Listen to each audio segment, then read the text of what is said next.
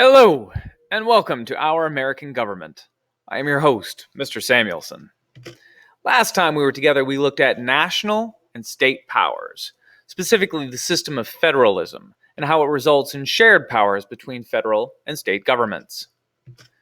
Today, we are going to be looking at the states and how their relationships with each other work out. Let's start by looking at what the Constitution itself says. Article 4 of the U.S. Constitution requires three things in interstate relations. Number one, they have to give full faith and credit to the laws, records, and decisions of other states. We're going to look at that. Number two, it gives citizens of other states the same rights as the citizens of their own. We'll look at that too. And then finally, they have to extradite criminals and fugitives. We'll look at that too. Let's start at the beginning. Full faith and credit. This rule is very broad. The laws part is fairly clear. If you have one law in a state, the other state has to recognize that that is the law in the other state. But it doesn't impact them all that much.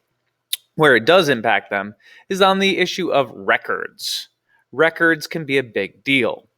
States have to recognize mortgages, wills, marriages, license, registrations, and birth certificates from other states.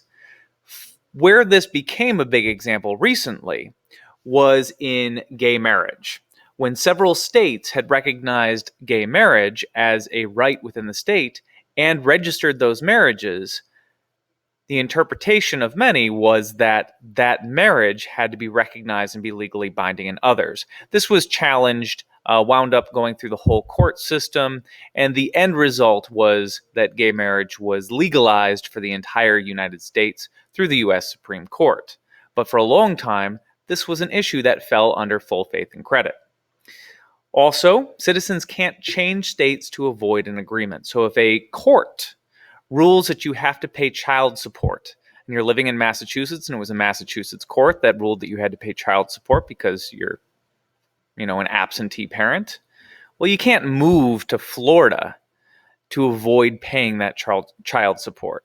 Florida has to recognize the ruling in Massachusetts as valid. In privileges and immunities here, we're talking about the rights of people who are in states. States cannot discriminate against people from other states. So if you live in Michigan, you can't discriminate against people from Ohio, no matter how much you might like to. Citizens of one state have the right to travel through, live in, own property, and use the courts of other state systems, just like they would be able to in their own home state. This is true whether or not you are a resident of that state.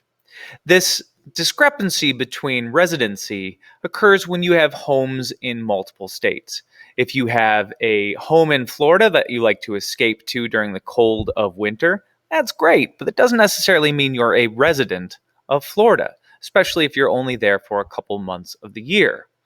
Now, each state determines residency by its own standards, so you'd have to look at your particular state to find out what its residency standards are. But it does not matter constitutionally where you're a resident. You have your rights in all states. Extradition is the process by which a criminal is transported from one jurisdiction to another. Now, this has to exist because each state's legal system operates separately from the others. There's no connection between the legal systems in New York and California. And what is illegal in one state might not be illegal in another. Marijuana usage for recreational purposes is a good example here, where in Colorado, it's legal. But in some of Colorado's neighboring states, it is very strictly illegal. But the court system in Arizona doesn't have any say over that. But if a Colorado resident breaks the law in Arizona by using marijuana in that state and then flees back to Colorado, Colorado must extradite them to Arizona. Even though they disagree with the law, have a different law in their state, they still violated Arizona's laws within the state of Arizona, and therefore they must be returned to Arizona to face justice. Now, interstate compacts are a way that states enter into negotiations with each other that don't necessarily have to involve the federal government. It's how states can resolve their own disputes, resolve them peacefully, and not necessarily involve the whole country. It is a written agreement which settles that dispute. Although Congress must approve it, they don't always have a say in what goes into it. They're usually used to manage bridges. You've got a bridge between two states. Who pays for it? Who collects tolls on it? That sort of agreement can be reached between the states. Also, pollution. If one state pollutes, but then the wind or water carries that pollution into another state, how are they going to manage that? And pest control is another one as well, where you might have an infestation of a particular type of bug, and then you make an agreement with another state not to transport wood between the two states.